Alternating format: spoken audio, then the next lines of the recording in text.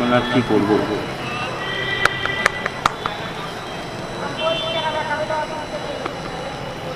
মালটা আসছে মনে হচ্ছে। মনে হচ্ছে আসতে মনে হচ্ছে সবাই করতে হবে। চল মালটাকে আজকে ঝেপে দিবি। চ মা চ, তাড়াতাড়ি চ, এই রাস্তাটুকু তাড়াতাড়ি পার হতে হবে। কে তোমরা এই অন্ধকারে পথ আগলে দাঁড়ালে? চিনতে পারছেন না স্যার? হ্যাঁ, আব্দুল বলে মনে হচ্ছে। কি ব্যাপার আব্দুল, তুমি?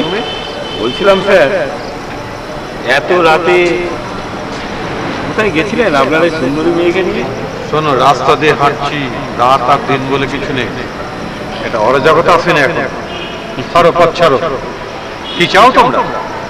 কি চাই? তোর মধ্যে একটা চাই, হয় আপনাকে, না হলে আপনার ওই কিরে। সাবধান, একদম বাজে কথা বলবেন না। 12 বছর জেল খেটেছো আমারই কলমে, আবারও তোমার বীজ দাঁত আমি ভেঙে দিতে যাই। চুপ করুন স্যার, আপনার হয়তো কলমের জোর আছে, কিন্তু আপনার গায়ের জোর নেই। কি বললে তুমি?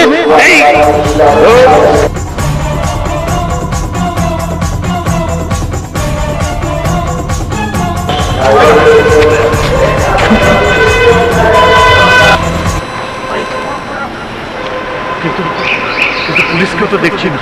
এই অন্ধকার রাতে মেয়েটাকে নিয়ে ওরা কোন দিকে গেল? মেয়েটাকে নিয়ে পুষ্পা, পুষ্পা, আরে বাপরে, পুষ্পা! না না, মোবাইলটাও নিয়ে গেছে, টাকা পয়সাও নিয়ে গেছে, কিন্তু এই মুহূর্তে আমি কি করি? ওই তো ওই দিকটাই মনে হয় গেছে। চল চল চল চল।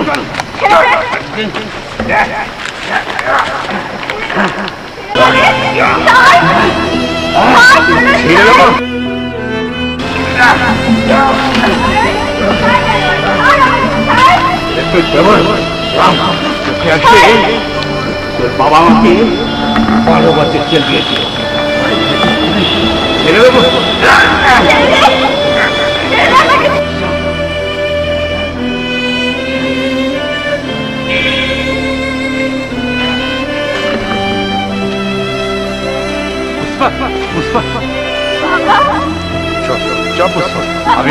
আমি পুলিশে ফোন করেছি, এক্ষুনি পুলিশ আসবে। ওদের যা সাজা দেওয়ার আবার সে সাজা দেওয়া হবে। চল চল চল।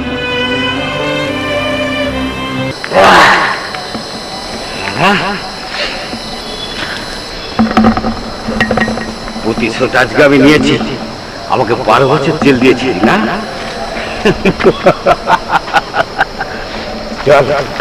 আরে জীবনে একদিন মরতে আমাকে হবে।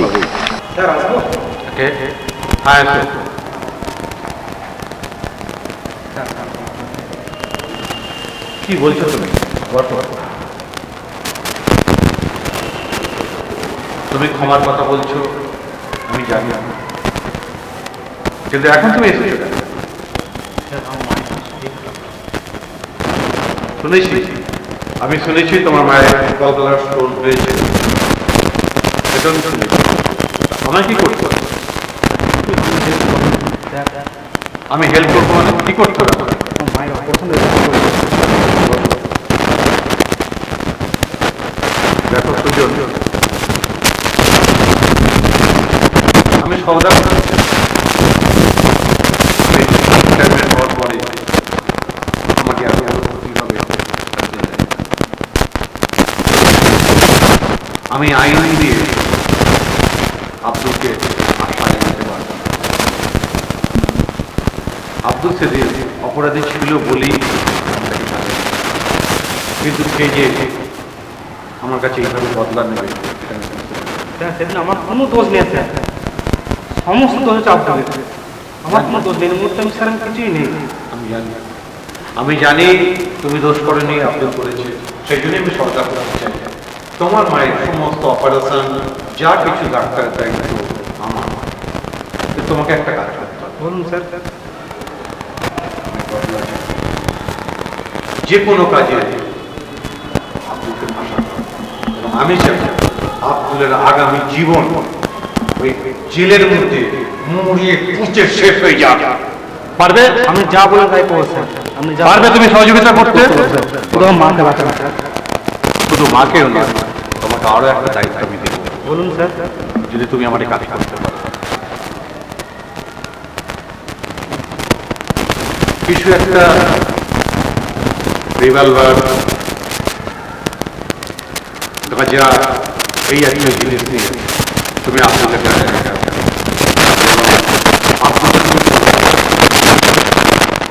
তুমি কোর্টে উঠবে,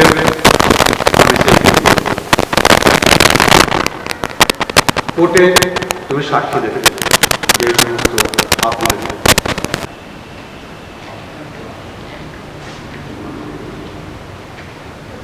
অনেকটা তো সন্দেহ হয়ে গেল, বাবা এখনো কেন আসছে না?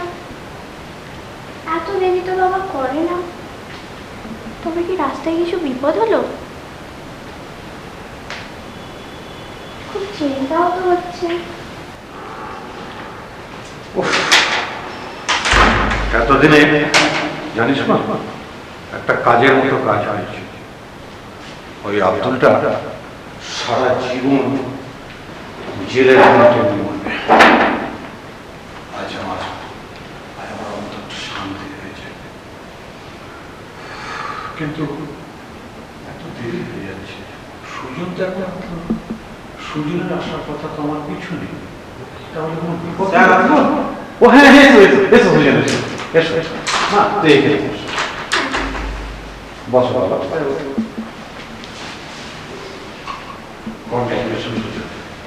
আজকে তোমার সাক্ষী না হলে আমি এত বড় কাজ সাধন করতে পারতাম না। একটা জিনিস জানবে, যা আইন পারে না তা মানুষ পারে বুদ্ধি দিয়ে।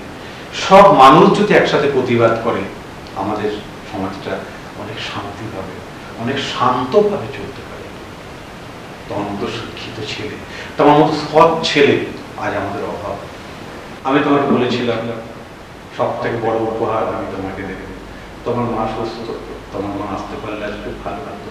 আমি যাবো, তার আগে তুমি উপহারটা নিয়ে যাবে।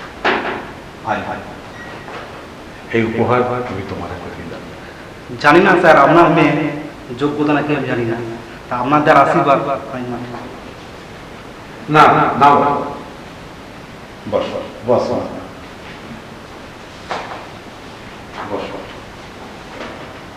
বাহ, আজ আজ আমি পৃথিবীর সব থেকে সুখী মানুষ, সব থেকে সুখী মানুষ। কারণ